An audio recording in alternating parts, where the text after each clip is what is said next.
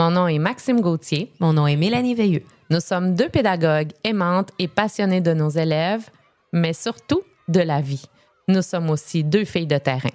Le temps d'une récré se veut un échange de stratégies qui rend notre quotidien plus léger et plus agréable. Tout ça sans prétention. Prenons le temps de nous déposer. Bonne écoute. Allô Mélanie?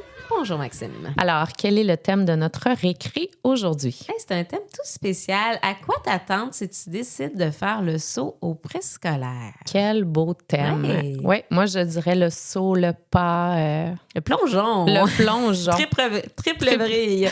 Triple vrille, tout simplement. Alors, que tu sois une stagiaire, une nouvelle enseignante ou une enseignante d'expérience, si tu veux faire la transition au préscolaire, bien, écoute ce balado-là parce qu'il va t'aider à te faire une tête. Bien, dans le fond, il faudrait peut-être écouter tous nos balados parce qu'on ne raconte pas de mensonges là-dedans, hein, Mélanie? Non, c'est maman. vraiment le préscolaire sous toutes ses coutures. Tout y est, dans le fond, de l'accueil des enfants, des parents, en passant par l'organisation de la classe. Puis, je ne sais pas si ceux ou celles qui nous écoutent savent qu'on a même fait des balados pour les parents du préscolaire. S'ils veulent aller consulter ça, ça pourrait faire une bonne base ancrée sur la réalité aussi. Oui, tout à fait, parce qu'on le voit de façon très positive. Le préscolaire, on aime ça, mais on donne toutes sortes d'astuces aussi. Puis c'est quoi la réalité de ce monde? Le monde. Oui. Oui. Alors, le balado d'aujourd'hui va être divisé en deux parties.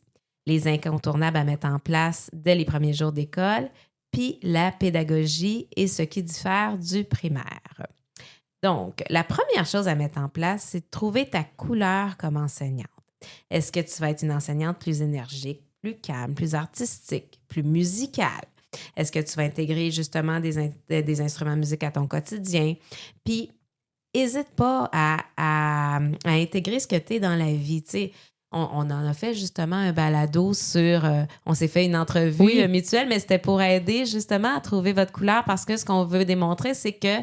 Puis en disant ça, c'est te dire, peu importe ce que tu es, ça peut fonctionner au préscolaire. C'est d'oser être authentique. Les enfants sentent énormément ça. Puis je pense que plus ils sont jeunes, plus ils le sentent. Il faut que tu sois qui toi-même. tu es. Oui, puis ça va t'aider à avoir du plaisir aussi au quotidien. Tu sais, moi, j'essaie que ma classe, ça devienne le prolongement de ma vie. Tu sais, que ça ne soit pas un travail, sinon on va mourir. Non, là. puis on n'a pas à se mettre cette pression-là au préscolaire. On a juste à vivre puis à être qui on est. Puis, juste, comme tu le disais, c'est comme ça qu'on est apprécié. Oui, puis je pense que c'est le plus bel espace pour ça parce qu'on a moins de carcans. Hein? On a un petit peu plus de liberté, fait qu'il faut en profiter de ça. Utiliser notre unicité pour devenir spécial. Et toute notre créativité. Oh là là, oui. Contrairement à plusieurs classes du primaire, la classe de préscolaire, c'est une classe qui est en mouvement. De plus en plus, on en voit des classes en mouvement au primaire aussi, mais au préscolaire, on est dans le plus, mouvement plus. Il y a des items partout à la disposition des élèves, coins-jeux symboliques qui changent au fil des thèmes qu'on choisit de faire. Et là, encore une super belle latitude. Donc, on doit installer notre classe d'une façon beaucoup plus réfléchie, beaucoup plus fonctionnelle et vraiment penser avec toute notre tête, des petits détails qu'on veut mettre à la portée des élèves, de ce qu'on veut mettre à la portée des élèves en général. Donc, on a fait un beau balado là-dessus. Le premier balado de la saison 1, dans le fond, c'est l'organisation de la classe. Donc, ça pourrait vraiment servir à quelqu'un qui voudrait faire le saut préscolaire. Allez écouter ça. Oui, parce que ça va faciliter ton quotidien. Tu sais, c'est non négligeable l'organisation d'une classe au présco parce que c'est le niveau où ils sont le moins autonomes, là, c'est normal. Ils rentrent dans l'école, ils ne connaissent pas les lieux. Donc, il faut leur donner les outils pour devenir autonomes. Puis l'organisation de ta classe, ça va vraiment venir nourrir ça. Oui, il faut que ce soit facile, il faut que ce soit visuel, puis que les élèves se repèrent sans mots parce qu'à cet âge-là, la majorité ne savent pas lire. Oui, puis il faut que toi, tu t'enlèves du travail parce que justement, du fait qu'ils sont encore petits, que tout est nouveau, tu es en surcharge cognitive pas mal tout le temps, puis tu dois répondre à tous. Fait qu'il faut qu'il y ait beaucoup d'espace où ils vont pouvoir être autonome, Oui. justement. Alors, c'est pour ça que c'est si important. Tout à fait. La deuxième chose hyper importante, c'est le lien. Mhm. Mais le lien, ça, c'est important dans une classe de préscolaire, mais c'est important dans la vie. Hein? C'est à partir du lien où tout est possible. Donc, tu dois être disponible pour tes élèves tout le temps, encore plus au début. Dès l'accueil, le matin, tu dois écouter ce qu'ils ont à te raconter. Il faut qu'ils te sentent là. Il faut qu'ils sentent qu'ils sont la chose la plus importante Tout dans à tes fait. yeux. Ils ont besoin de leur temps d'antenne, de moments de parole fréquents.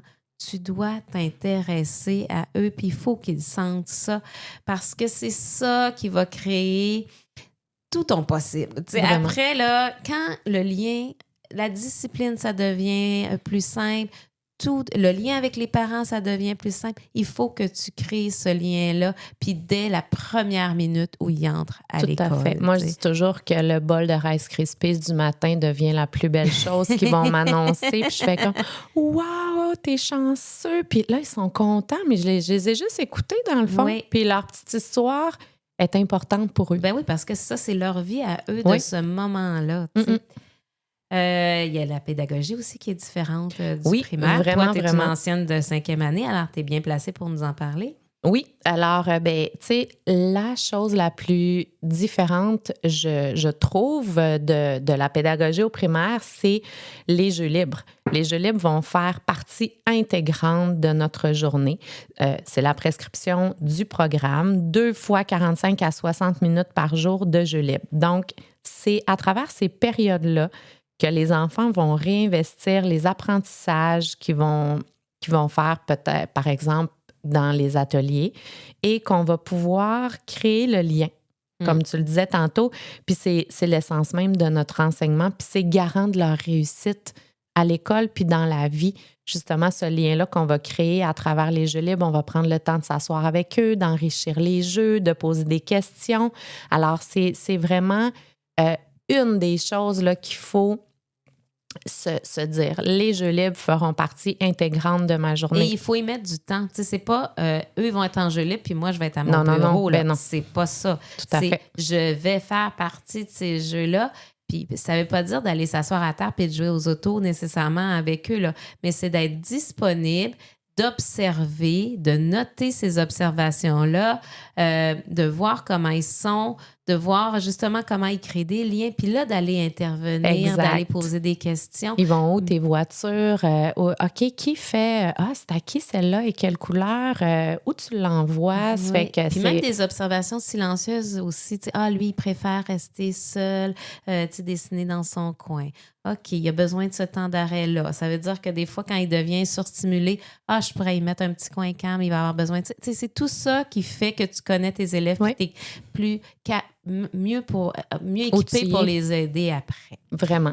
Il n'y a pas de matière prescrite. Hein? Tout est dans l'éveil à travers le jeu, la manipulation. Ils ne sont pas moins prêts pour le primaire, bien au contraire. Tu sais, souvent, on va entendre ça. Moi, je dis ça d'emblée. Ils font juste jouer. On passe devant votre classe. Tout ce qu'ils font, c'est qu'ils jouent. Ah mais oui. si tu savais combien ils apprennent. Ah non, puis moi, je le dis même aux parents aussi d'emblée. Je m'enlève cette pression-là. Là, je vous le dis, cette année, ils vont jouer. Puis dites-moi pas qu'ils jouent trop. Je viens mauvaise parce que si tu ne joues pas à 5 ans, je ne sais pas quand est-ce que tu vas Et jouer voilà. dans ta vie.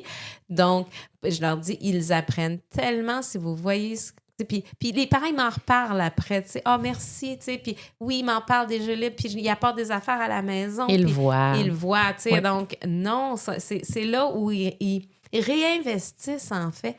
Tout le reste, c'est dans cette période-là. Alors, il ne faut jamais enlever ça.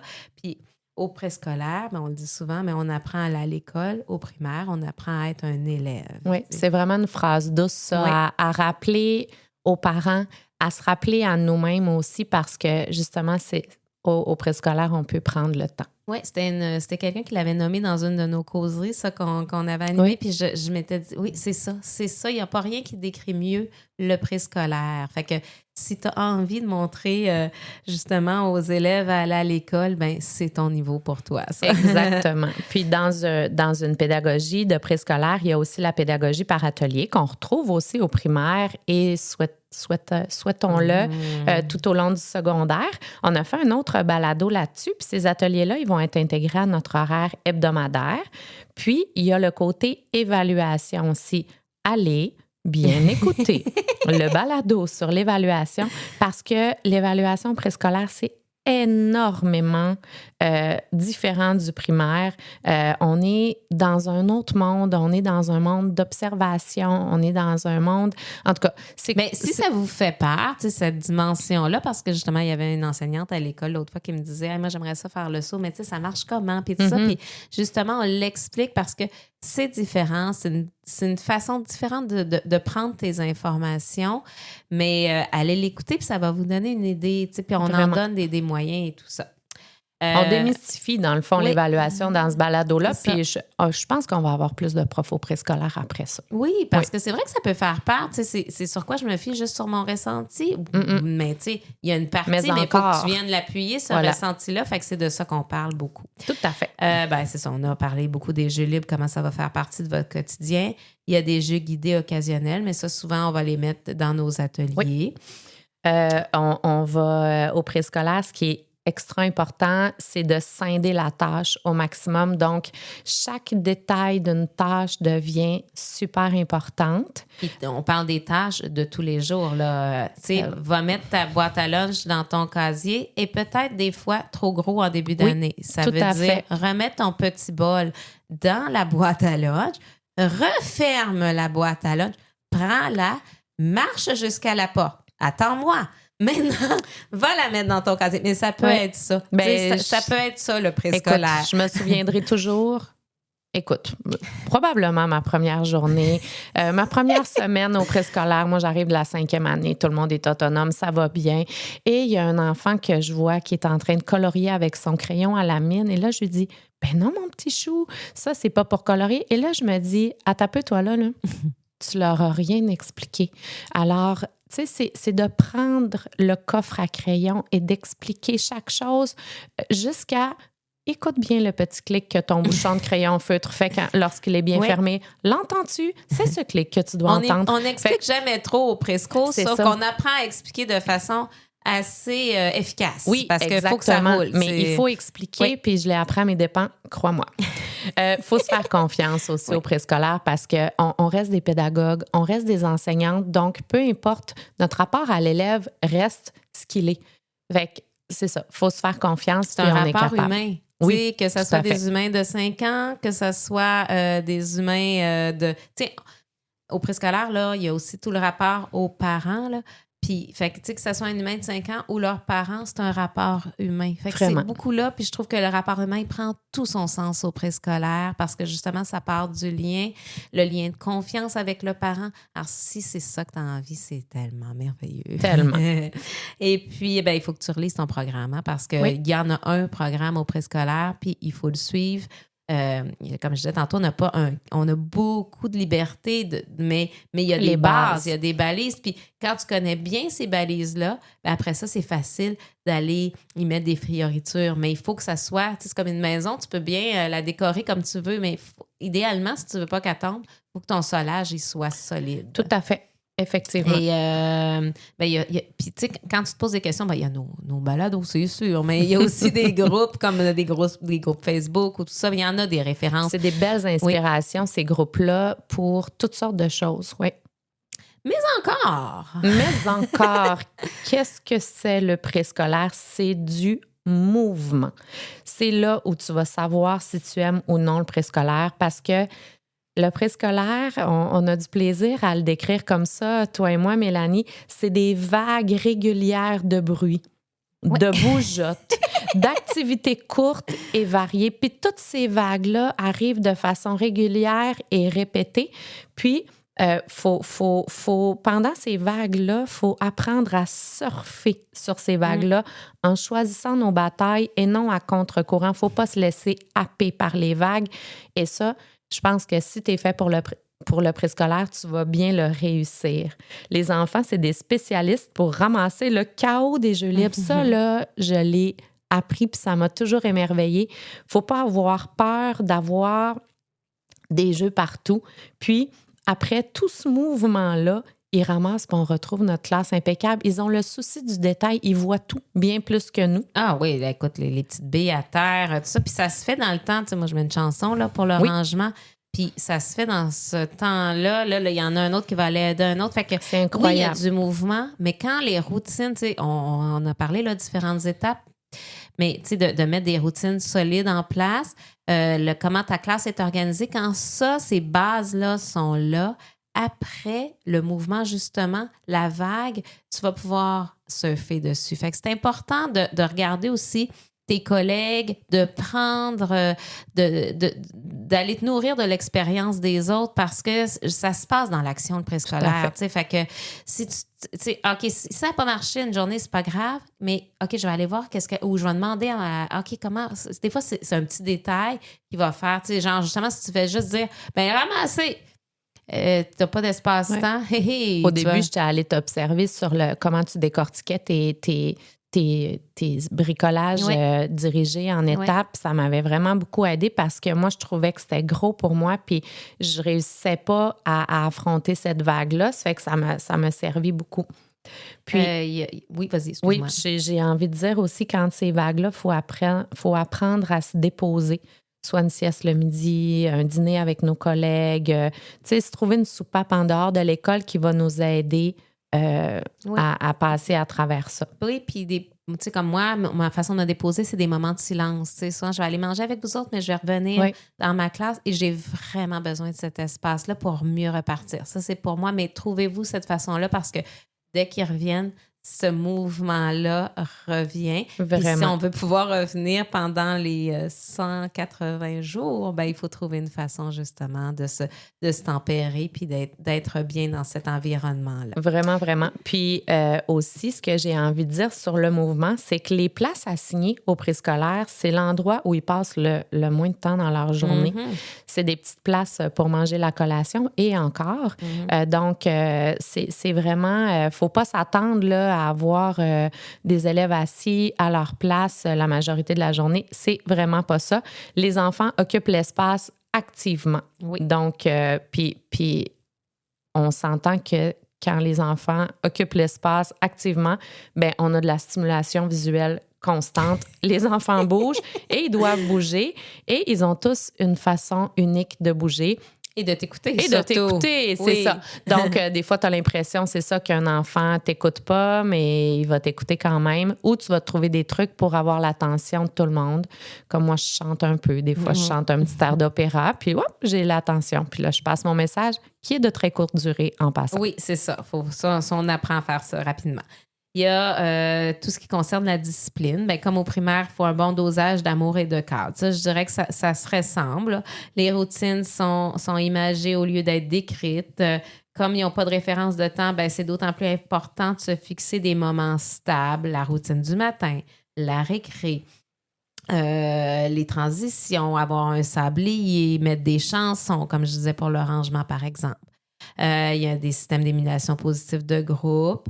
Puis les élèves, comme au primaire, ils doivent comprendre que c'est payant de bien agir. Fait que ça, cette base-là, tu sais, je pense pas qu'elle a changé beaucoup, par exemple, quand tu es passé de 5e à... Non, vraiment pas. Tu sais, c'est juste de l'adapter un petit peu. Oui, c'est l'adapter selon l'âge parce que de la discipline positive, c'est ce à quoi les enfants, les élèves réagissent le plus. Donc, moi, c'est ce qui est le moins usant pour nous à long terme aussi. Vraiment, vraiment, vraiment. Moi, j'irais aussi avec le baromètre de patience. Pour faire le saut au préscolaire, tu dois bien connaître ton baromètre de patience. Par exemple, ben, moi, c'est le niveau sonore. Pendant les jeux libres, j'aime ça. Mes jeux libres, c'est intouchable à tous les jours, mais les enfants le savent.